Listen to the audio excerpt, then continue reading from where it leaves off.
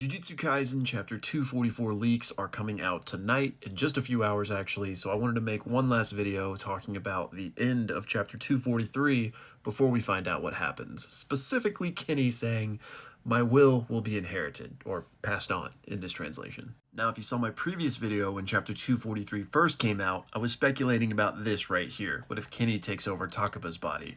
A lot of things kind of were setting that up. I don't want to rehash everything I said in that video, but this seems to be one of the most obvious interpretations of "my will be inherited." But what other options are there? You've also got this, which is pretty terrifying, but I don't think this is going to happen, and if it does happen, I feel like it's an audible for Kenny that he's just deciding at the last minute, because he did seem genuinely surprised when Yuta showed up, so it doesn't feel like taking over Yuta would have been part of his plan. And then this is obviously the most terrifying. We haven't seen Gojo's body in a number of chapters.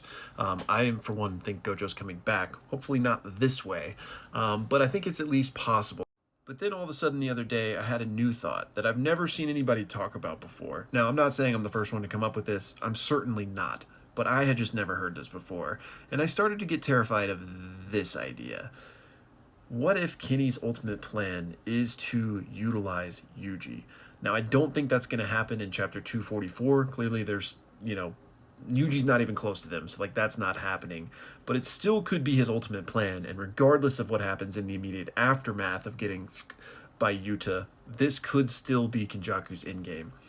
Because we know he created Yuji in more ways than one, and there's obviously a ton that is special about Yuji. He is so strong, physically gifted, is able to be a prison for Sukuna, and we know that he's probably got a whole lot of special traits until we find out more, given his ability to eat things.